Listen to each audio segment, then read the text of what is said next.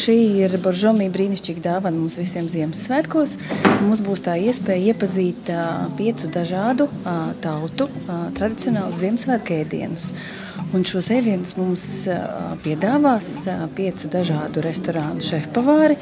Un tur būs gan gruzīnu restorāns Alaverdīnu, kā zināms, Boržomī nāk no Grūzijas. Un tad mēs baudīsim kādu ēdienu, ko būs ieteicis šefpavārs no Grūzijas. Tad būs arī Krievu restorāns Tēvotis Vaņa ar ļoti interesantiem ēdieniem un uzkodām. Tāpat būs arī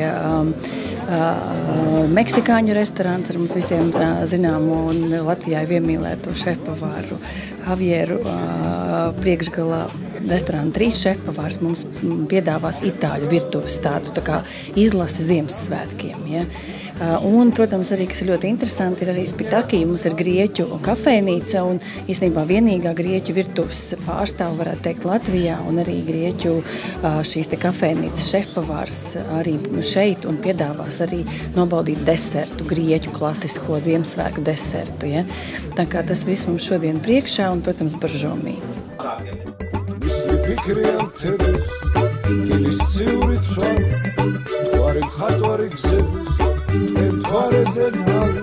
მისლი ფიქრიან თებებს, დილის ციური ცვალი, მთვარი მხატვარი გზების, თქვენ მთვარეზე ნავი.